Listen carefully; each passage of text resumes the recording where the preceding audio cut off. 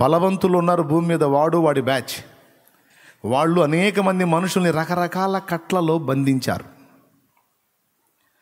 నీ భర్త తాగుబోతుగా ఉన్నాడంటే, బయట పడాలనుకుంటున్నా కూడా బయట పడలేనంత బానిసైపోయాడు అంటే, సగం అతని మానసిక బలహీనత అయితే, రెండవది దాన్ని ఆధారం చేసుకుని వానిని ఆ త్రాగుళ్ళలో బంధించి కట్టి పడేసిన దెయ్యం పని అది. నువ్వేం చేయాలి తెలుసా? నా భర్తను మార్చు ప్రభా, నా భర్తను మార్చు ప్రభా, నా భర్తను ఆ త్రాగుడు నుంచి విడిపించు ప్రభా అని అడుగుతాం. ఇక నుంచి నువ్వు చేయాల్సింది ఏంటంటే, త్రాగుడు అనే కట్ల చేత నా భర్తని బంధించిన ఆ బంధకాలన్నిటినీ యేసు నామంలో తెంచేస్తున్నాను, నా భర్తని ఆ కట్లలో నుండి విడుదల చేస్తున్నాను అని పలకాలి. నా బిడ్డని ఆ కట్లలో నుంచి యేసు నామములో విడుదల చేస్తున్నా అని విడుదల నువ్వు ప్రకటించాలి. ఇక్కడ ఎన్ని కట్లు ఉన్నాయంటే, రకరకాల కట్లు. వ్యసనాల కట్లతో కొంతమందిని గట్టిపడేశాడు ఆ లూసిఫర్ గాడు. రోగాల కట్లతో కొంతమందిని గట్టిపడేశాడు. 18 సంవత్సరాలు నడుము వంగి దురాత్మ పీడితురాలై బాధపడుతున్న ఆమెని స్వస్థపరిచి యేసుప్రభు ఏమన్నాడు? 18 సంవత్సరాలుగా సాతాను కట్లలో బందీ అయిపోయిన ఈ బిడ్డ ఎక్కడ, ఏ కట్లలో బందీ అయింది? సాతాను కట్లలో బందీ అయిపోయింది. అంటే కట్టుగట్టేశాడు అన్నమాట వాడు. అందుకే యేసు చెప్పాడు, మీరు వేటిని విప్పుతారో నేను దాన్ని విప్పుతాను అక్కడ అన్నాడు.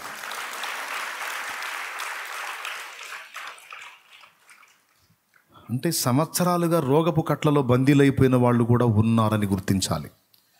అందరికీ వచ్చిన జబ్బులన్నీ శరీరాన్ని బట్టి వచ్చినాయి కాదు, దురాత్మల వల్ల కూడా కొంతమంది జబ్బుల పాలై ఉన్నారు. శరీరాన్ని బట్టి కొంతమందికి రోగాలు వస్తే డెవిల్స్ వల్ల కూడా కొంతమందికి జబ్బులు వచ్చినాయి.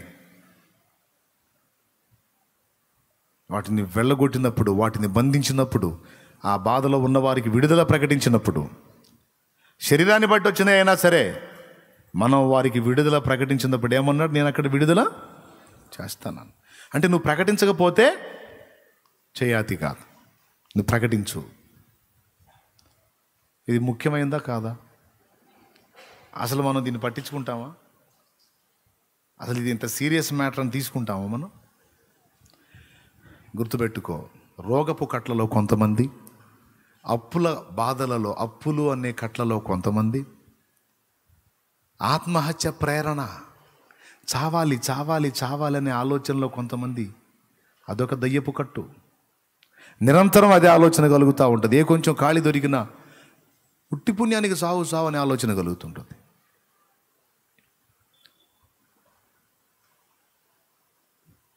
కొంతమందికి వ్యభిచారపు తలంపులు, వ్యభిచారపు ఆలోచనలు, విచ్చలవిడి లైంగిక పాపాన్ని కూర్చున్నటువంటి తలంపులు, అదో కట్లు.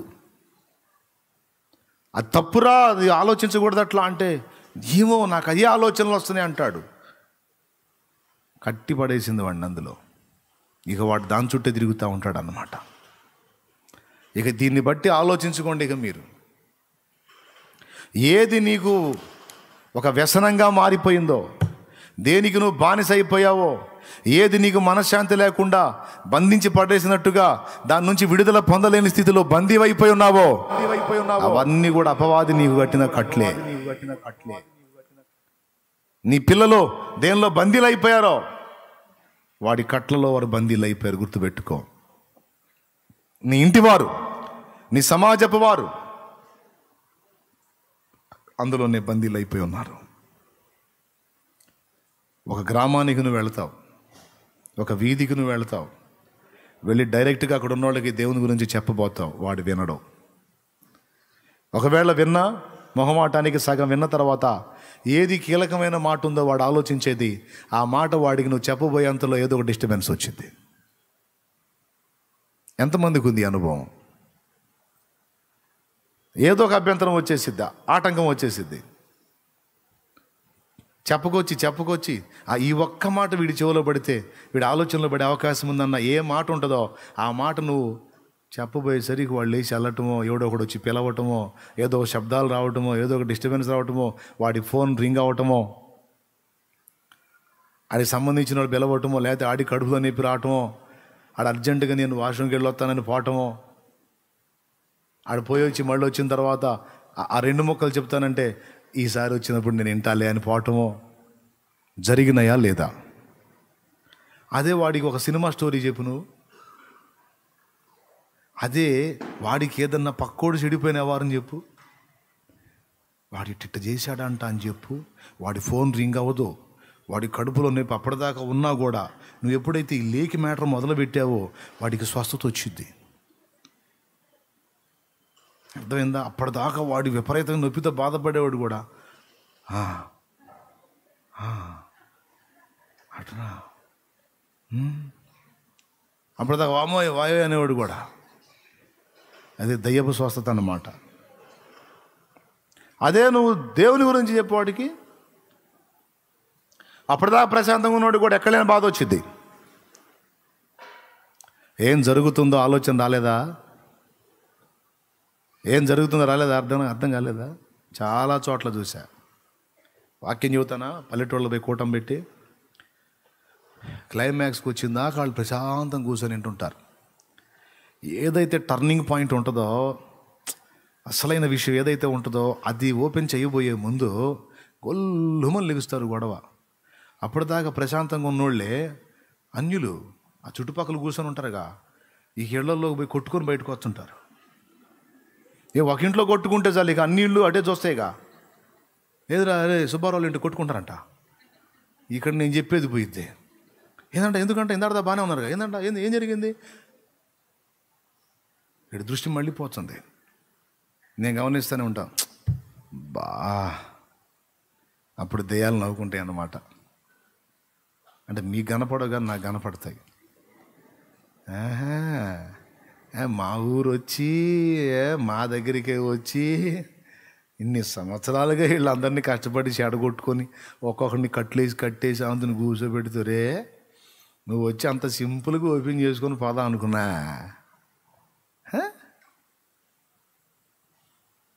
ఎట్ట బానిస్తాం?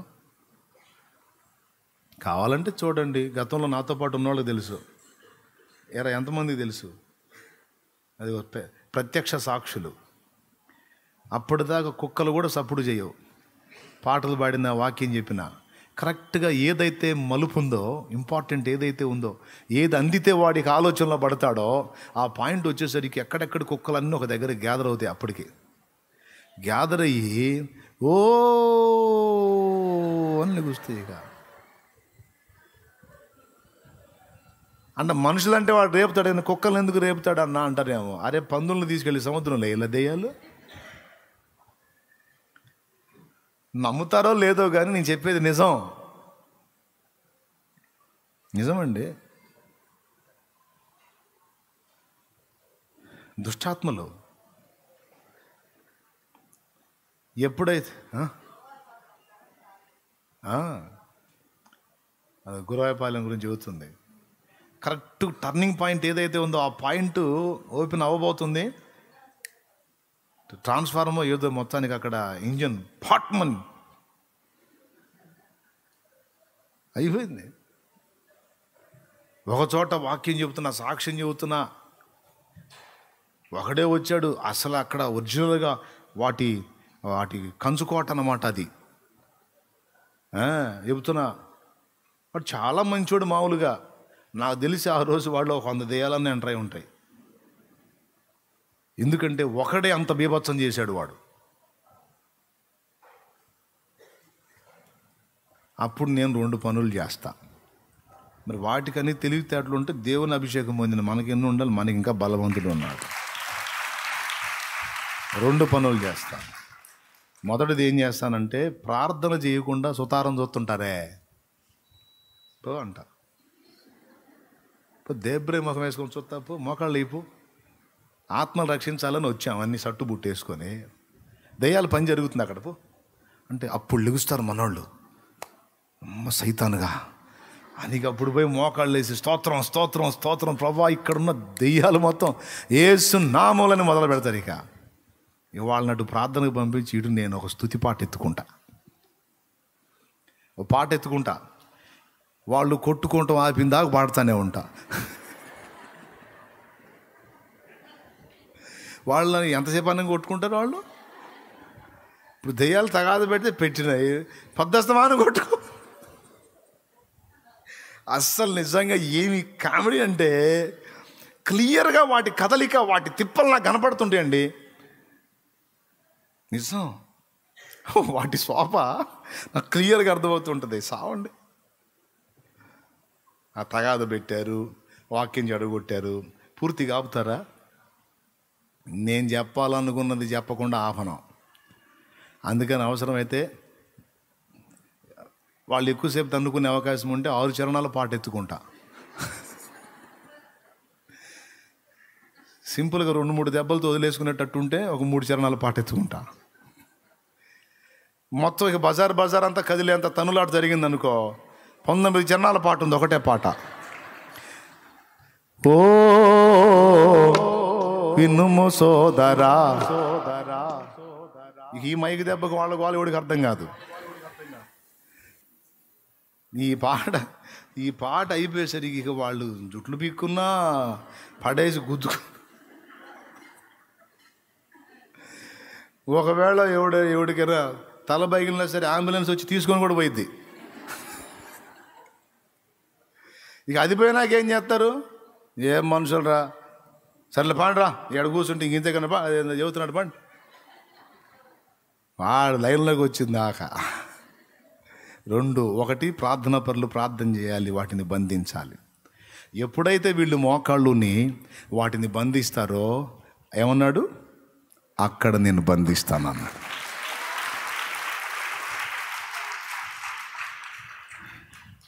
రక్షణ కొరకు ఆత్మలను ప్రభువా, వాడు కట్టిన కట్లలోంచి ఆత్మలు బయటికి రావాలి యేసునామములో.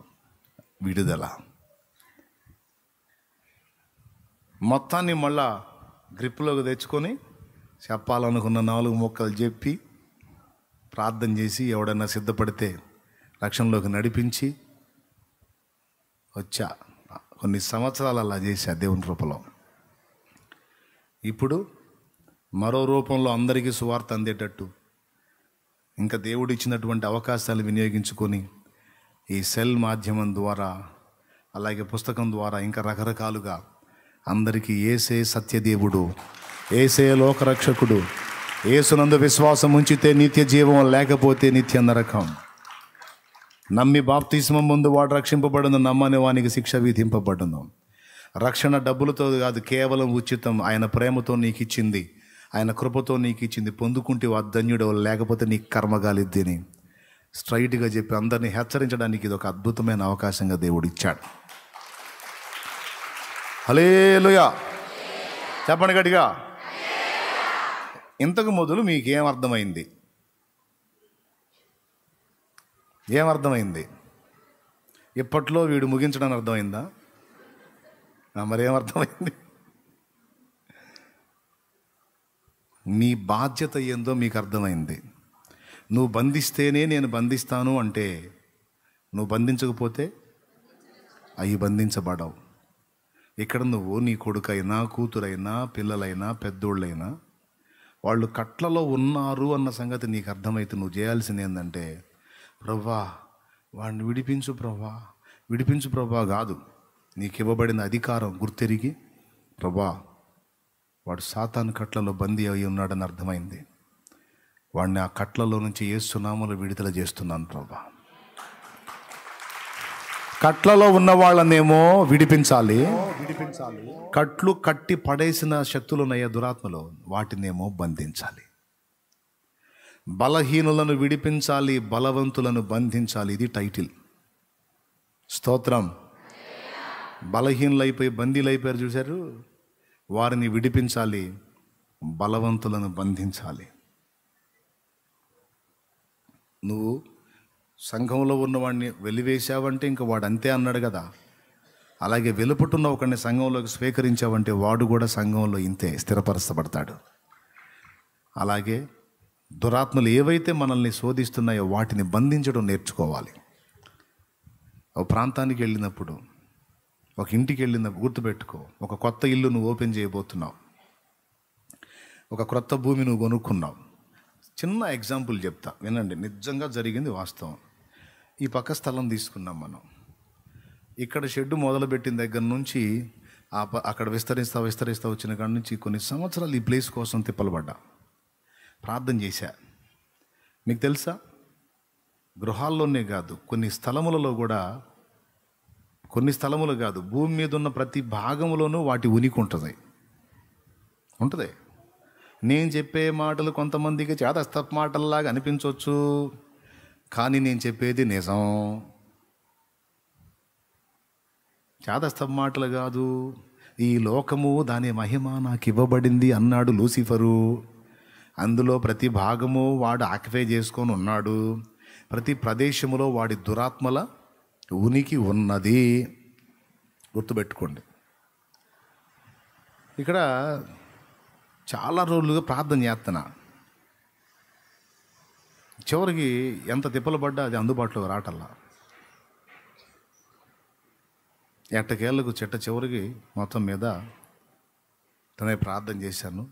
దేవుడు ఆ స్థలం ఇచ్చాడు. ఈ ప్రక్కది మీ గతంలో కూడా చెప్పాను, ఒక 70 సెంట్ల స్థలం అని వచ్చింది. ఒక్క మొక్క వినండి, నేను ప్రార్థన చేసేస్తా. వచ్చిన తర్వాత ఈ షెడ్లు మనం పెంచాలనుకున్నాం కదా.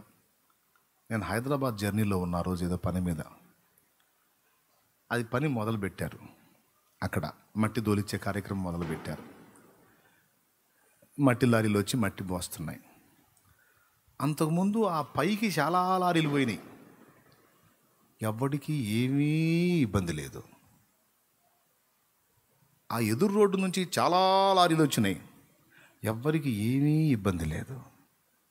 ఈ ప్లేస్లో మట్టి పోయడానికి ఎప్పుడైతే లారీలు వచ్చినాయో ఇక్కడ ఓ సమూహం లేచింది.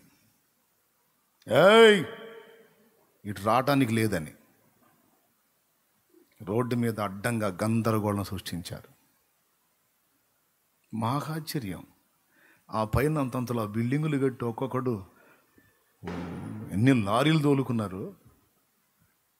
ప్రశాంతంగా ఊరుకుని ఈ లారీలు రాగానే ఎందుకు లేచారా మనోళ్ళు తెల్లముఖం వేసుకొని చూస్తున్నారు. ఎట్టనో మాట్లాడి సంజాయించి వీళ్ళని ఆపి ఏదో పోనించడానికి అవకాశం ఏర్పరచుకుంటే అక్కడ లేచింది ఒక సమూహం. అర్థమైందా? ఎర్ర రోడ్డు, మట్టి రోడ్డు ఉంది కదా, ఆ ఎంట్రన్స్ అక్కడ లేచింది ఒక సమూహం. అసలు వాళ్ళు ఇళ్లలోంచి బయటికే రారు. అసలు అలాంటి వాళ్ళు వచ్చి నడి రోడ్డు మీద లారీ వెళ్ళటానికి వీల్లేదు, నేను పోనేను.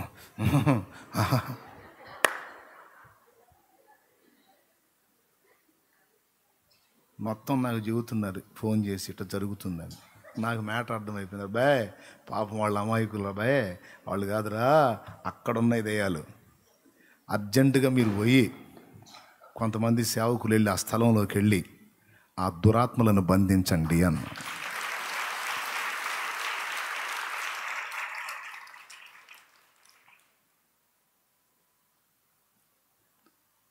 వీళ్ళు ప్రార్థన చేసేంత వరకు అది కొనసాగుతూనే ఉంది.